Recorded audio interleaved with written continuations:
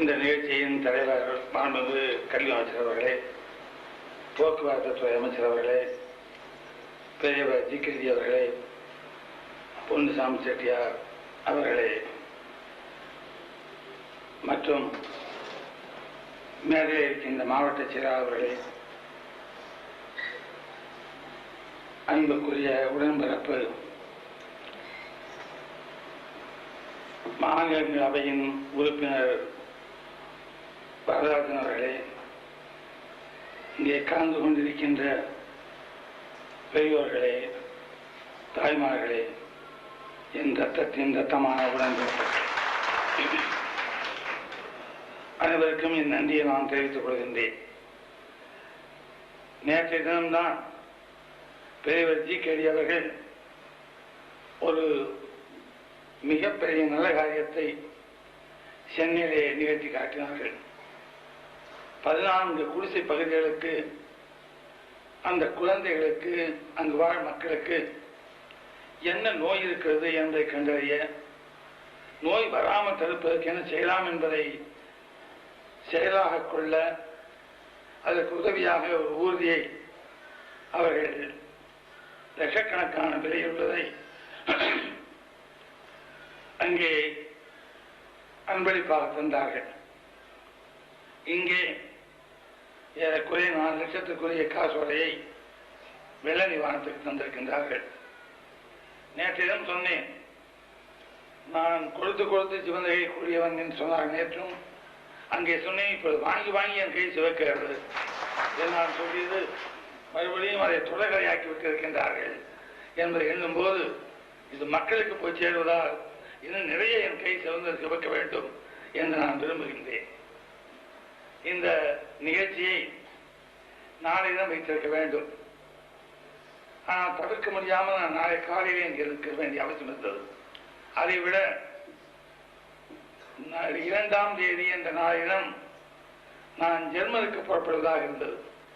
ஜெர்மனிக்கு புறப்பட்டு போய் ஒரு ஏறத்தாழ ஒரு 3-4 வாரங்கள் பல மேலாளர்களை சுற்றிவிட்டு தொழில்துறையிலே பல காரியங்களை செய்வதற்கு வசதியாக தொடர்புகளை ஏற்படுத்திக் கொண்டு வர வேண்டும் என்பதற்காக அந்த திட்டம் தீட்டப்பட்டிருந்தது. ஆகவேதான் இதை மாற்றி வைத்துக் கொள்ள முடியுமா என்று கேட்டேன். யாரும் எளிதில் ஒத்துக்கொள்வது கிடையாது. எவ்வளவோ காரணத்தை சொல்வார்கள். எப்படியோ உடன்பிறப்பு வரதராஜன் அவர்கள் ஒரு சிறிதும் அதை பற்றி சிந்திக்காமல் வைத்துக் கொள்ளலாமே என்றார்கள். நான் அதிர்ச்சியுற்று போனேன். வேண்டாம் என்ற நிகழ்ச்சியை மாற்றுவதற்காக இதை சொல்லுகிறாரா என்று கூட எண்ணினேன். அவ்வளவு விரைவில் அதை ஏற்றுக்கொண்டார்கள். ஆனால் ஏற்றுக்கொண்ட பிறகு இவ்வளவு சிறப்பாக அவர்களால் நடத்தி காட்ட முடியும் என்பதை செயலிலே காட்டியிருப்பது உண்மையிலே அவருடைய திறமைக்கு ஒரு எடுத்துக்காட்டாகும். என்னை பொறுத்தவரையில் நாட்டியங்களை அவ்வப்போது பார்க்கக்கூடிய வாய்ப்பை பெற்றிருக்கின்றேன். ஆனால் நாட்டியத்திலே எனக்கு அவ்வளவு பரிச்சயம் இல்லை என்பதை எல்லோரும் ஒத்துக்கொள்வார்கள். ஆனால் வழுவூர் சாமராஜ் அவருடைய தந்தையை பல ஆண்டுகளாக நான் அறிவேன். அவரும் நானும் சினிமாவில் ஒன்றாக நடித்திருக்கிறோம். இது சாமராஜ் கூட தெரியுமோ என்னமோ எனக்கு தெரியாது. அந்த அளவுக்கு எனக்கு அவருக்கும் தொடர்பு உண்டு. அந்த பரம்பரை நல்ல பரம்பரை என்பதை நான் இங்கே சுட்டிக்காட்ட வேண்டியது என்னுடைய கடமையாகும். ராமையா பிள்ளை அவர்களுக்கு என்று ஒரு தனி பாணி உண்டு. அவருடைய மூதாதையர்கள் பெரியவர்கள் எல்லாம் ஆசானாலும் யாராக இருந்தாலும் அவர்கள் கொடுத்த அந்த திறமையை தனதாக்கி கொண்டு வழுவூர் ராமையா பிள்ளையினுடைய பாணி என்று சொல்கின்ற வகையில் அதை ஒரு உருவாக்கி இருக்கின்றார்கள் என்றால் அதை பெருமையாக பாராட்ட வேண்டும். அதை அப்படியே தன்னுடைய சொத்தாக மாற்றி வைத்திருக்கிறார். அதிலும் சில மாற்றங்கள் செய்திருக்கிறார் அவருடைய மகன் தந்தை போல என்பதை இங்கே நான் குறிப்பிட விரும்புகிறேன். கைவழி நயனம் செல்ல என்ற அந்த பாடலை சொல்லிவிட்டு அதோடு நிறுத்திவிட்டார்கள். நயனம் சென்ற இடத்தில் மனம் செல்ல வேண்டும் என்பது தொல்காப்பியத்தின் அறிவுரை. அந்த மனம் சென்றால் போராது, அதை லயிக்க வேண்டும். அதனால கண் எங்கே போகிறதோ அந்த கண்ணோடு தன் மனம் சென்றால்தான் அந்த பாவம் பூர்த்தியாகும். அங்கே லைஃப் ஐக்கியம் இருக்க முடியும். அதுபோல நான் பல நாட்டிய கச்சேரிகளை பார்த்து பாராட்டி இருந்தாலும் செல்வி ஜெயந்தியை பார்த்து நான் அதிசயப்பட்டேன் என்பதை மட்டும் இங்கே சொல்லித்தர வேண்டும். சிலர் பார்ப்பார்கள், பரதகை போனால் பார்ப்பார்கள், அதே போல இடதுகையை நீட்டும் போது அவர் பார்ப்பதில்லை. கையை பின்னாலே சுழற்றி கொண்டு வரும்போது கண்களும் தலையும் அதுபோல் திரும்பி வர வேண்டும். ஆனால் வலதுகை பக்கம் செய்வது போல இடது பக்கம் அந்த அசைவு இருக்காது. தாளங்கள் பாவங்கள் காலை தூக்கி வைக்கின்ற நிலைமைகள் வேறெல்லாம் ஒரு பக்கம் எப்படி இருக்க வேண்டுமோ மறுபக்கமா அப்படி இருப்பது பூர்த்தியான நிலைமைகள் பல பேரும் நம்மால் பார்க்க முடிவதில்லை. ஆகவே இந்த இடம் அதை முழுமையாக கண்டதில் நான் பெருமை அடைகின்றேன். குதிக்கும் பொழுது ஐயோ என்ற எண்ணம் வரக்கூடாது. குதிக்கிறார்களா இல்லை பந்து அங்கே தெரித்து போகிறதா என்ற ஒரு சந்தேகம் நமக்கு வர வேண்டும். பூ போன்ற என்று சொல்வார்கள். இந்த பூப்பந்தை எடுத்து போட்டால் கைக்கும் வலிக்கக்கூடாது, அந்த பூவுக்கும் கசங்கு விழுந்த நிலைமை ஏற்படக்கூடாது. அதை போல் தன்னுடைய உடம்பை அவர் குதித்து நாட்டியத்திலே அவர் தன்னுடைய கரையை காண்பிக்கும் போது அவர் குதிப்பதாக நமக்கு தெரியவில்லை. ஏதோ ஒரு குழந்தை துள்ளி விளையாடுவது போல் தான் நமக்கு தெரிகிறது. அந்த அளவுக்கு தன்னை பக்குவப்படுத்தி வைத்துக் கொண்டு இந்த கலையை ஆர்வத்தோடு அவர்கள் ஈடுபட்டிருப்பதை எண்ணும் போது இப்படிப்பட்டவர்கள் நிறைய நாட்டிலே தோன்ற வேண்டுமோ, எப்போது தோன்றுவார்களோ என்றெல்லாம் சொல்ல தோன்றுகிறது. இருந்தாலும் நான் பெருமையோடு சாம்ராஜை பாராட்டும் போதே ஆசானுக்கு பெருமை சேர்க்கின்ற அந்த மாணவியையும் நாம் பாராட்டியாக வேண்டும். மாணவி சரியாக செய்யவில்லை என்றால் அதனுடைய குற்றம் குறைகள் அப்புறம் சாம்ராஜுக்கு போகும். அதை காப்பாற்றுவது ஒரு மாணவியனுடைய கடமை. இப்போது என்னை பொறுத்தவரையில் சாம்ராஜுக்கு புகழ் சேர்த்து கொடுத்திருக்கிறார் மாணவி என்பதை நான் பெருமையோடு சொல்ல முடியும். அவர் கால் நடக்கும் பொழுது முன்னால் வரும்போதெல்லாம் சாதாரணமாக இப்படித்தான் போடுவார்கள், அவள் இப்படி நடக்கிறார்கள். அதை கவனித்த போது எனக்கு ஒரு ஞாபகம் வந்தது. மயில் கால் எடுத்து வைக்கும் போது தூக்கி வைக்கும் போது கொஞ்சம் அப்படி பின்னித்தான் வைக்கும். அதை பார்த்துத்தான் பழகிக் கொண்டார்களா, அது அவருடைய இயற்கையா, அது ஆசானுடைய படிப்பினையா என்று எனக்கு தெரியாது. ஆனால் இதை பலரிடம் நான் பார்க்கவில்லை. அதேபோல் மயில் என்ன என்பார்கள்,